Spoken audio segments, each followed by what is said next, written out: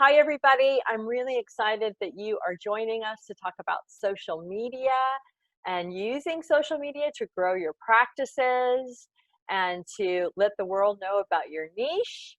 I am here with my niece, Arius Collins, who is a social media expert, and she's going to give us some tips about social media today. So welcome, Arius. Thank you so much for having me. So I have a few questions for you.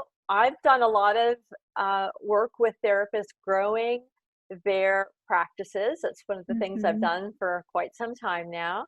And what I've seen out there has been people working on Facebook, LinkedIn, YouTube, and Instagram primarily. I don't see much hmm on some of the other platforms. Do I have that right? And Yes, yes, okay. those are the heavy hitters for sure, where you're going to get the most people on those platforms. Definitely. And tell me if you had to only choose one because that's all the bandwidth you had, then which one would you go with?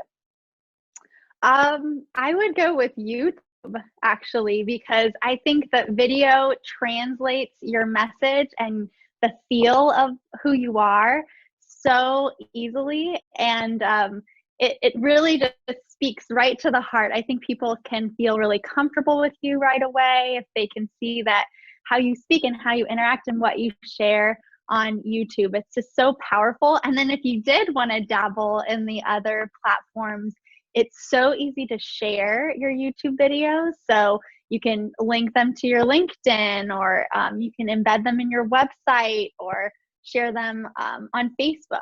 So YouTube is a heavy hitter for sure. I do love Instagram as well, because it has the highest engagement of all the social media platforms. So you can really start to build those relationships before someone even picks up the phone to call you for a consultation. So I do love Instagram. I think that it's kind of like the new business card because Okay. they can instantly see what you're about in a really short period of time. So I think if you have it set it up really well, it can be a very powerful tool for your business. And then Facebook is it's kind of a necessary evil. I think you kind of need to be on Facebook. It's important to have your professional page and your personal page separate. And having that professional page, really all you need to post on there are really big events for your business. So if you're speaking at a summit, or if you're hosting an online workshop, something like that, you're going to want to post that on your Facebook page. And then the other great thing about using Facebook is that you can really target your audience if you do want to put a little bit of money into advertising. So I just want to speak to people in Georgia that are, 30 to 50 years old, or whoever you want to speak to, that's another reason why Facebook can be very helpful as well.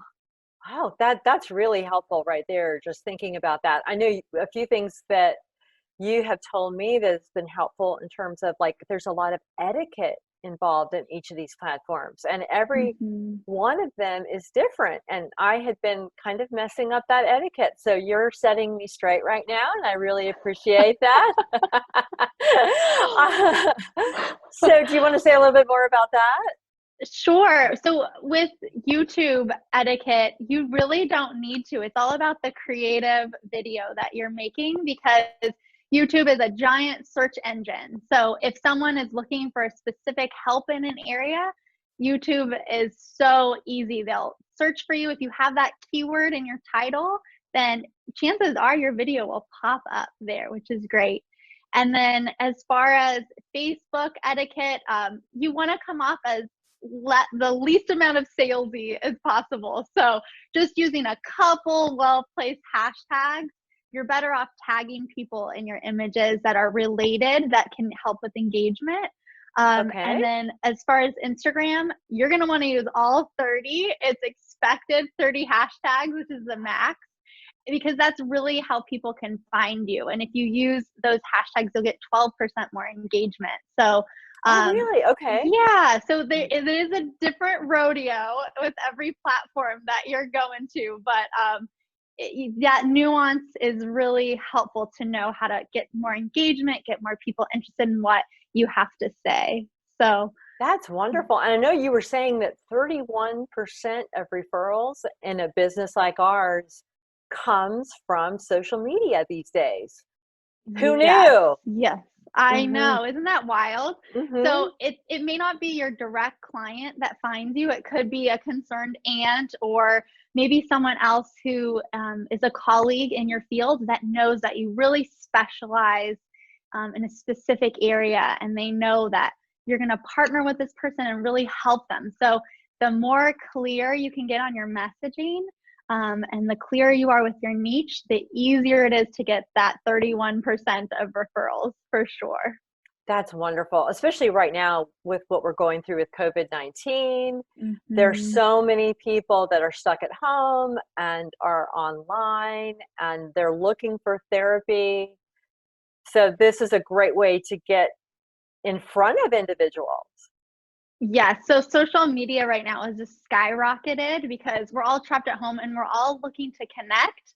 And another thing that I've been finding is we're all looking to kind of regroup and re-examine our lives. So it's an amazing Mm. moment as a therapist to offer your expertise because we're just going to gobble it up as the people that are on social media right now, because I do think there's this re-examination, a thinking of, how can I live this life in a way that really feels authentic to me? And so Mhm.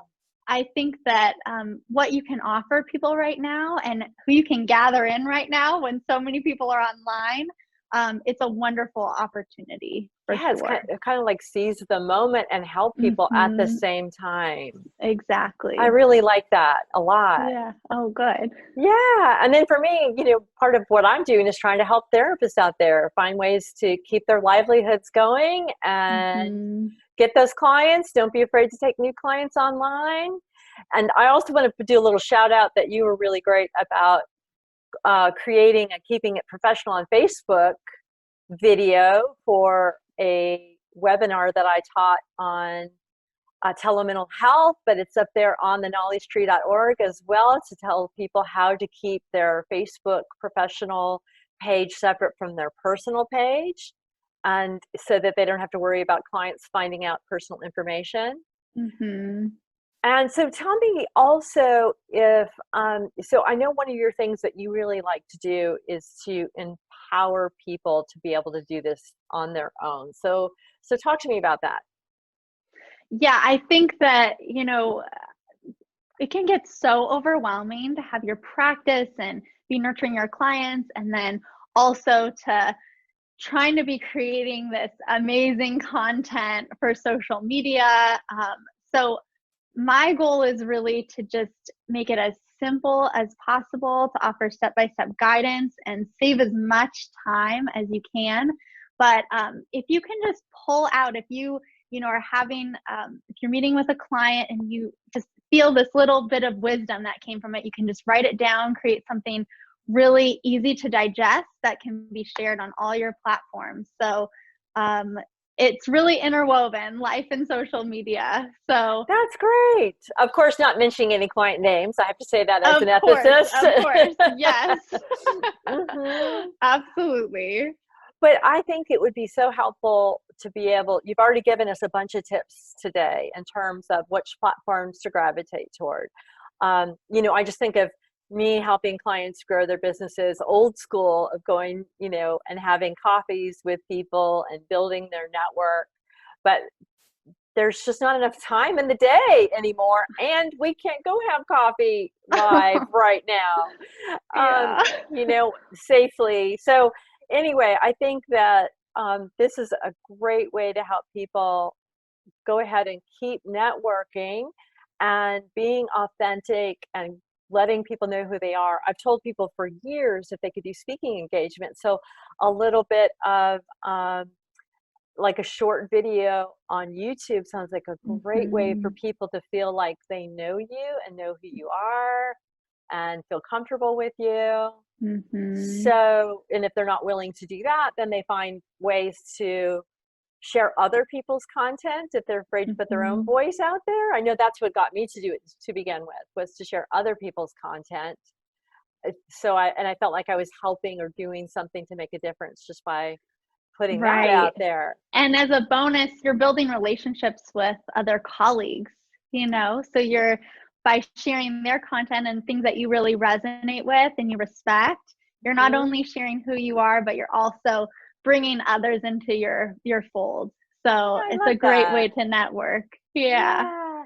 So, would you be willing to do a longer video for us and talk about some of the ways that you have like a system for all of this and how to manage it and make it easier for therapists to actually follow through and put these things out there? So, would you be willing to do that for us?